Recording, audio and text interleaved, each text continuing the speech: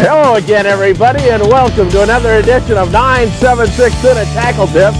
This edition, tips on taking sand bass. Folks, we're here in Southern California on the Huntington Flats off Huntington Beach with skipper Larry Moore on the Phantom and with Butch Chapman from Mojo Lures, and we're having a ball out here taking on the sand bass. Come join us for another edition of 976 in a Tackle Tip as we take on the sand bass.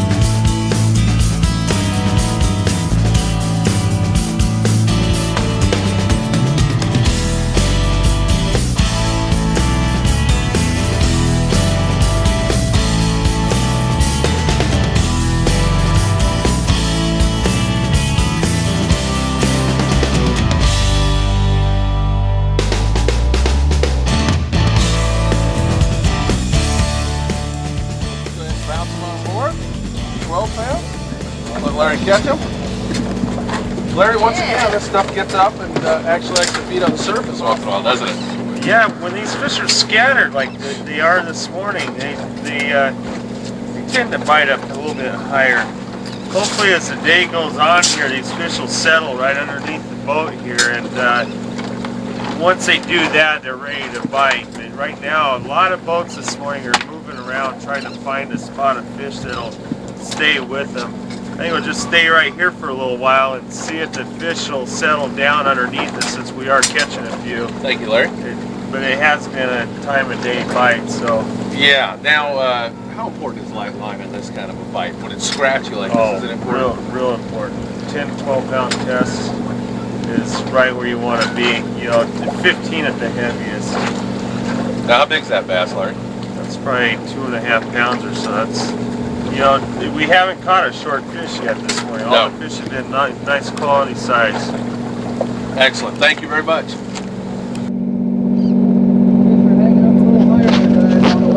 Yeah, I got hit up right now. Back to the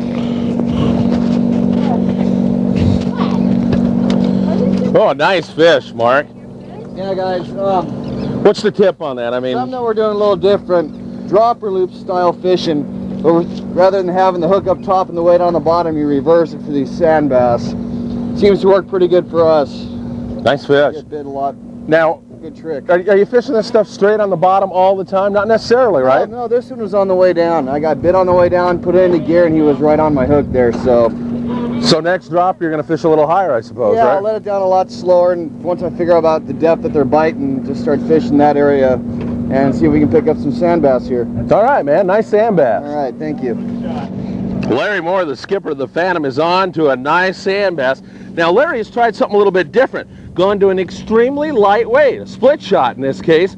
We're here on the Huntington Flats. Of course, Larry is going with the lighter monofilament. And folks, throughout this video on sand bass, we're going to stress with you going with the lighter monofilament when you're fishing bait, and we're talking 10 to 15 pound mono, and choosing good hot baits. My gosh, you just can't underestimate the importance of choosing a good hot bait. Larry Moore is ready with a nice sand bass. You see him winding away on this thing. And boy, here it comes on board. Skipper Larry Moore all set to throw on a sand bass. Nice fish. Folks, take a look now. Look at the split shot. Larry is not fishing with a heavy sinker. All the rest of us here, we are. And maybe some of us now are going to experiment a little bit, but Larry got bit on very little weight. Larry, what's the deal now? How can you get away with fishing a little bit of lighter line like that, or, well, not the lighter line, but with the small sinker?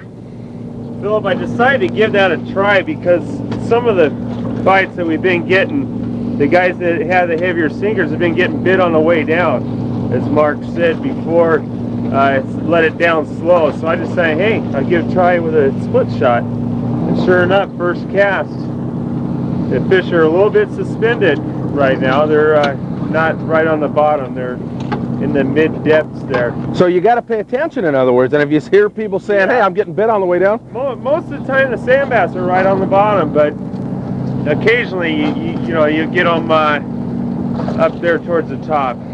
Nice fish, Larry. Yeah. Wife is really a fine rod and reel person, and she is showing us all how to do this. She's got more fish than any one of the guys on board, and she's on to another nice sand bass.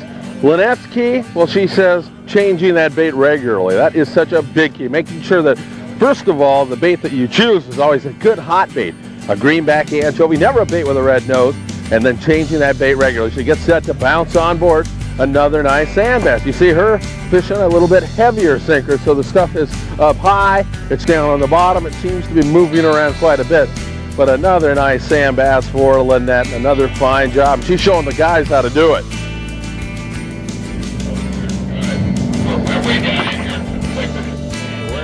You see the bend in that lighter tackle, a lot of fun. You know, this is a weird thing here, really, how these sand bass migrate back to this area. Almost like the swallows come back to Capistrano. The sand bass come back here like clockwork. This stuff just shows up on a regular basis. And here it is. We're right at June 1st, and the sandies have arrived in full force. A nice size fish. I mean, you know, these bass are never going to be huge, but not a bad size fish at all, as Larry Moore has another nice sand bass. Beautiful fish, great eating, nice quality, and again, the light line. There for a sec. Beautiful bass. Take a look at this thing. Absolutely a gorgeous bass flopping around. We better toss it, Larry, huh?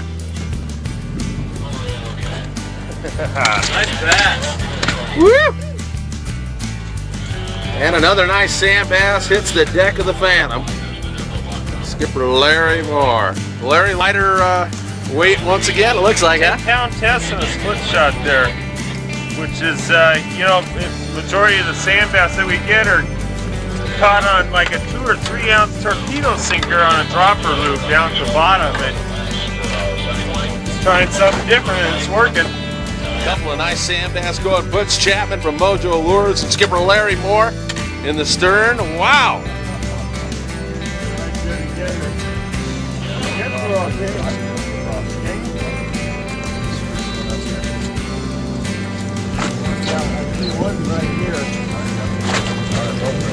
This way. This way. So we got one fish right here, as you can see, for Butch Chapman. Ooh. Larry, you feel like you got a nicer fish? Oh, yeah. Definitely. Nice fish. You got deep color on Larry Moore. He thinks he's got a nicer size sand bass here.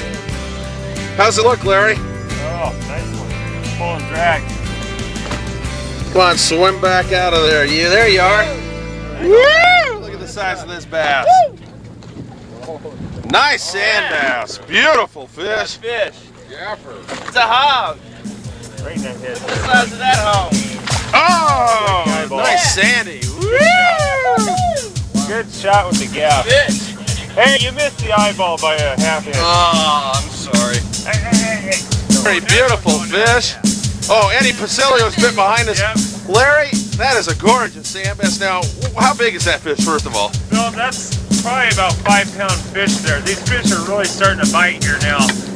Still fishing the split shot. Oh, he lost it there. Doggone it. But, you know, as you can see, nice fish, all of them. I noticed And that's on a gill hooked anchovy with a split shot there.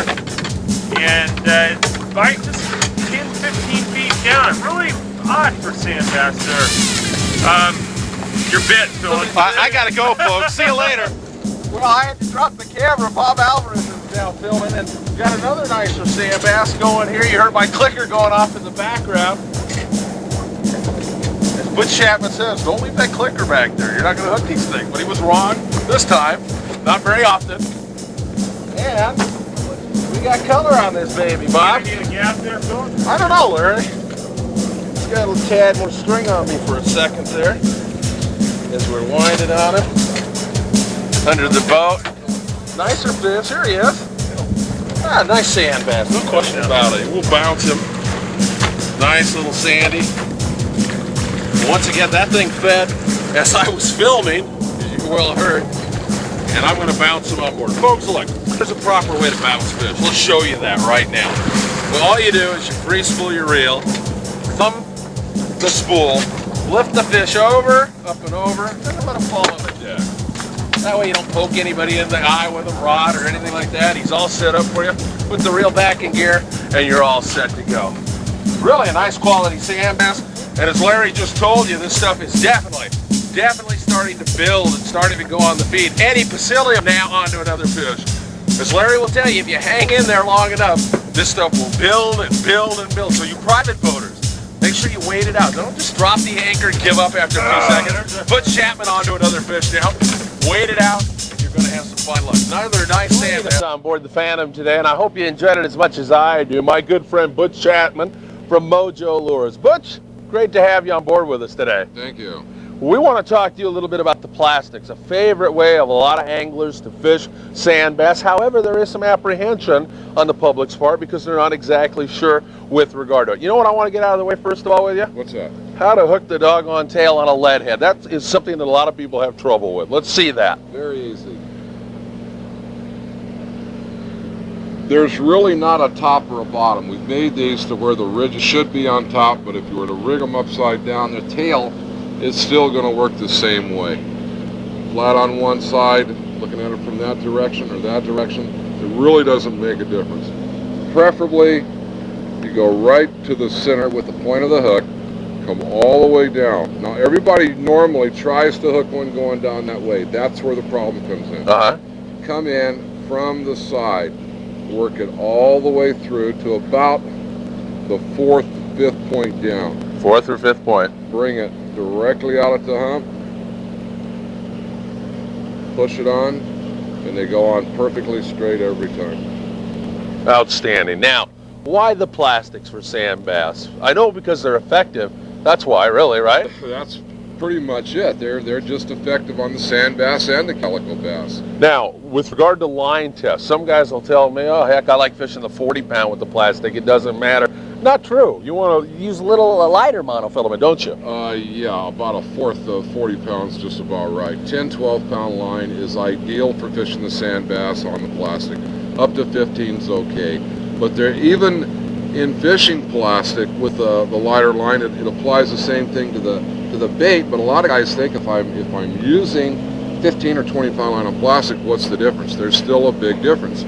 It's not going to sink properly. That lighter line is the key no matter what you're doing. Very important. Absolutely. Now, how do you work the Mojo? Once you've tossed it out there, how exactly do you work it? Do you let it sink to the bottom? Do you wind it back? What's the deal on that? Phil, I don't think there's a wrong way to fish plastic, because every time you think you've got the right way, you find out that's the wrong way. You're better off just to throw the jig out, let it sink, be sure and watch your line on a sink. That's the most important thing of all, especially calico bass fishing. That's very, very important. When if you just feel anything in that line, little tap or anything, it doesn't make, if that lure is not falling straight, set the hook. There's no charge for setting the hook, because 9 chances out of 10 it's in the mouth of a fish. Once it gets to the bottom, slow swim it, hop it along, fast swim it. There's no wrong way to fish, because no matter what you do to a tail like this, those tails are still going to move. So experiment, because it'll be this today and this tomorrow. So just experiment till you get it right. Butch, fish straight plastic, tip it with some mackerel, some squid. What's your opinion with regard to that? Same thing. Mackerel today, anchovy tomorrow, squid tomorrow, plain the next day. There's so many different baits that you can stick on it, or you know, some of the new formulas, the fish formula, the bait mate, that type of thing. Those also work.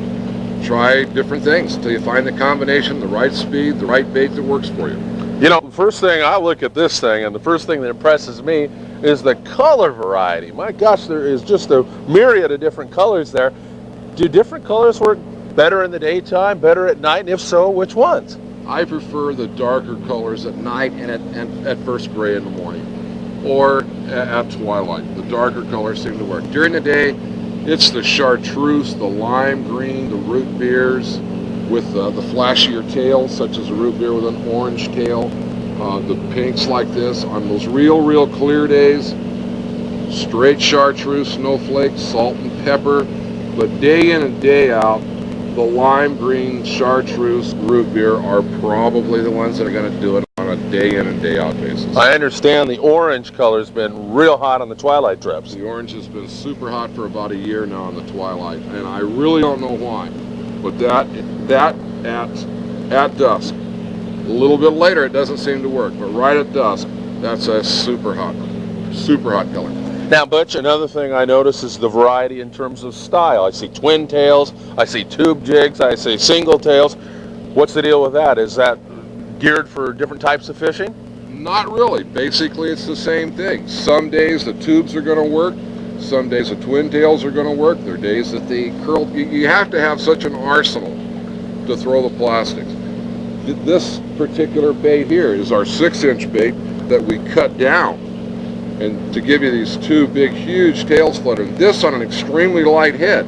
This is a 1.5 head. This on a 3/4 head can be devastating on big, big fish. So again, it's trial and error. It really is. I mean, guys that are going out and doing this, they're going to have to experiment, aren't they? There is nothing that's etched in stone in this biz, is there? Without a doubt. You can go out here today with a full tank of live squid, and they're going to want a piece of plastic. You go out there tomorrow with the plastic, they're going to want the live squid. So you have to, you got to have the tackle to throw at them. Butch, thank you so much for joining us. I can't tell you how you've graced the 976 to the videos, and as always, it's great to see you. Good to see you, Phil.